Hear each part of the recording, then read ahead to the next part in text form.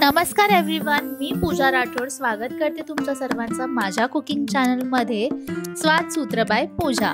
तर आज आपण बनवणार आहोत एका बॅटरने 2 युनिक रेसिपीज। तर त्याची कृती काय आहे आणि एका बॅटरने 2 रेसिपीज कशा पॉसिबल आहेत तेच मी आज तुम्हाला दाखवणार आहे। पहिली आहे चॉकलेट मफिन्स, जे मी गव्हाच्या पिठाने किंवा व्हीट फ्लावरने बनवलेलं आहे, आणि दुसरी आहे व्हीट फ्लावर कुकीज, जे आपण सेम त्याच पद्धतीने एकाच बॅटरने रेडी केलेले आहेत, ज्या अत्यंत सोप्या विदाउट बटर आणि विदाउट मैदा आपण क्रिएट करणार आहोत। तर चला तर मग सुरू करूया।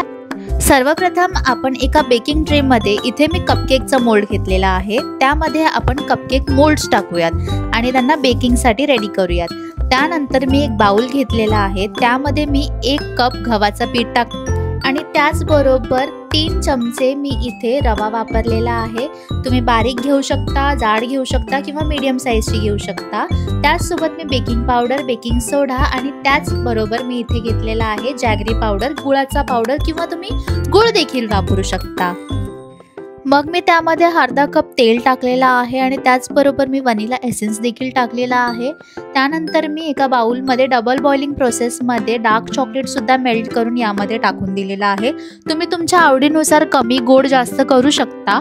इथे मी त्याला बाइंडिंग चांगली देण्यासाठी दुधाचा वापर केलेला आहे। विस्करच्या हेल्पने मी त्याला विस्क केलं, मग विस्करच्या साहाय्याने मी हळूवार त्याला मिक्स करत गेली, मग त्यामध्ये एकही लम्प्स नसू नये म्हणून। आणि तुम्हाला पाहिजे तर तुम्ही स्पूनचा देखील वापर करू शकता किंवा फोकचा तुम्ही वापर करू शकता। इथे मग मी विस्करच्या हेल्पने त्यानंतर मी चमच्याचा वापर केला आणि चमच्याने वापरून मी त्याच्या सगळ्या गाठी फोडल्या, कारण मी दूध कमी टाकलेलं।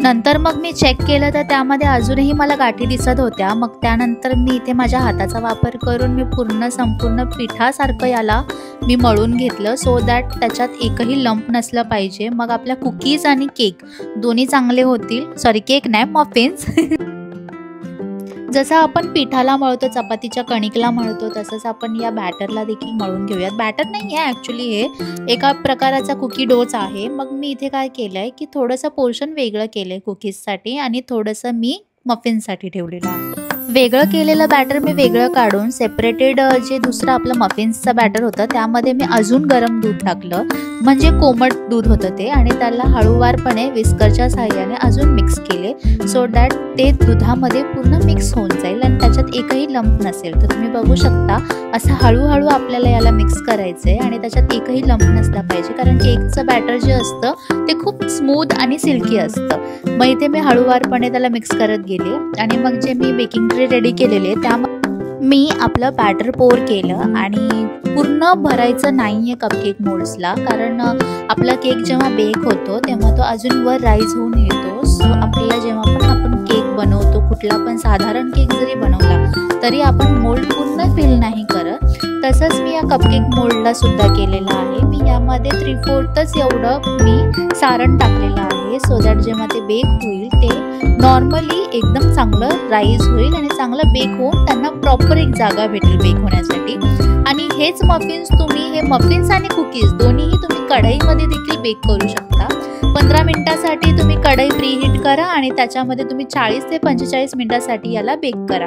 त्याच उरलेल्या पिठाचं मी इथे कुकीज सुद्धा रेडी करून घेतलेले आहेत। मग मी बेकिंग ट्रेवरती थोडंसं तूप लावलं, बटर पेपर नव्हतं माझ्याकडे म्हणून तुपाचा वापर केला आणि सगळ्या कुकीज मी त्याच्यामध्ये सेट करून घेतल्या। तुम्ही बघू शकता, तुम्ही दुसरा पण कुठला आकार देऊ शकता जर तुमच्या कुकी कटर असेल तर, पण मी इथे माझ्याकडे कुकी कटर नव्हतं म्हणून मी हाताचाच उपयोग करून त्यांना स्मॉल पोर्शनमध्ये बॉल बनवून त्यांचे पेढे बनवले आणि आता हे बेकिंग करण्यासाठी रेडी आहेत। सो मी ओव्हन इथे प्रीहीट केलं होतं फॉर 10 मिनिट्स ॲट 180 डिग्री आणि मग त्यानंतर मी यामध्ये आपला बेकिंग ट्रे टाकलेला आहे आणि याला मी बेक केलेला आहे 35 मिनिट्ससाठी on 180 degree from both the sides. ठीक आहे, आता तुम्ही बघू शकता किती चांगले बेक होत आहेत हे कुकीज आणि मफिन्स। तुम्ही ही रेसिपी नक्की ट्राय करा।